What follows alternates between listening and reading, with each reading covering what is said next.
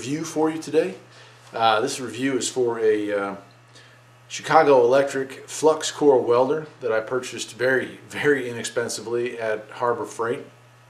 Came with a spool of wire, and although I am by no means an expert welder, I figured it would be good to have around the homestead fixing broken things. And so far it has worked out pretty well. I'm going to do a quick review. Like I said, I've actually got some welding I need to do on an exhaust system for one of my mowers that I'm converting into an ATV. And so I figured I'd try it out and talk to you about it a little bit. Now, you know, we're not talking about a high-end unit. This is a gasless unit, so it's smoky and it's kind of messy, but it really does work. And you know, for the money, which I think I paid $75 on super sale for this thing, brand new, you can't beat it. So let's see what it looks like.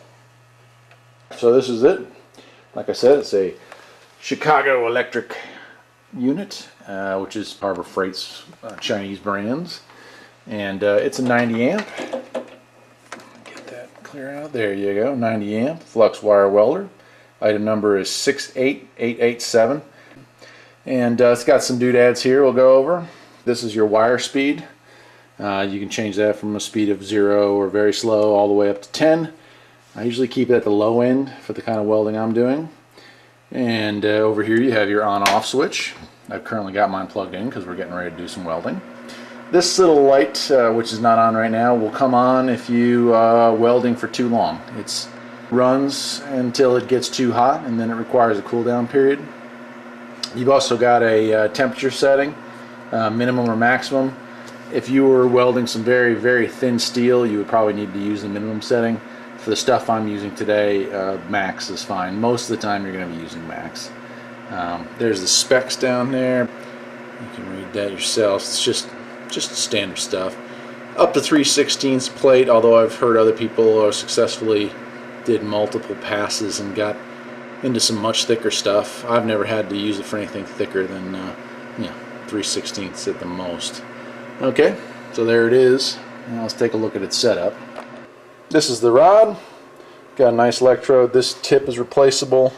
There's your feed line, and it's not a very long. I'd say it's probably a 10-foot long cable that goes to that, but good enough for what I'm doing. The nice thing about this unit, which makes it perfect for a home user, is that it runs off of 120 volts, and that's the main reason it has some limitations. It's not so much that it's made in China. It's that it's small amperage. So I've got mine plugged in again. I've got my ground wire hooked up. And basically what I'm doing here is I'm going to be welding a 1-inch flange onto the exhaust of this muffler. I'm going to make my muffler system into a dual muffler, a front and rear muffler, and I need to do that. And so that's what I'm going to be doing. Please don't make too much fun of me. As I said before, I'm not really a welder, but I can fake my way through just about anything.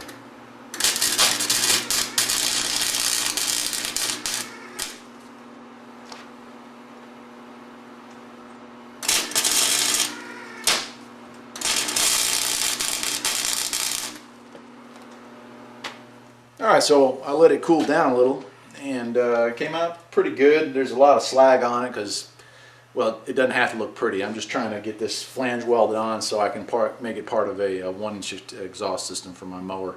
And it's going to work just fine. Basically, it looks good. I might do some touch up here and grind a little bit off, but it's not supposed to be pretty. It's just supposed to work. And for that, this unit does do just that. It does work.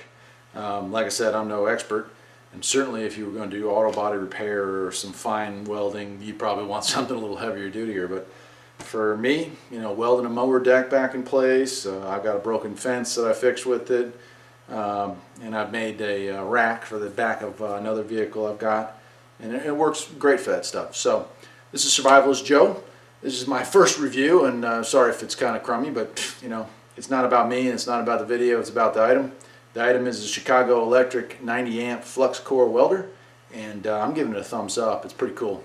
75 bucks on sale. I think I saw them not too long ago in the monthly flyer they send out to the house, and it was like 90 bucks, which I think is still a great deal considering it comes with everything you need to go. Got a little mask.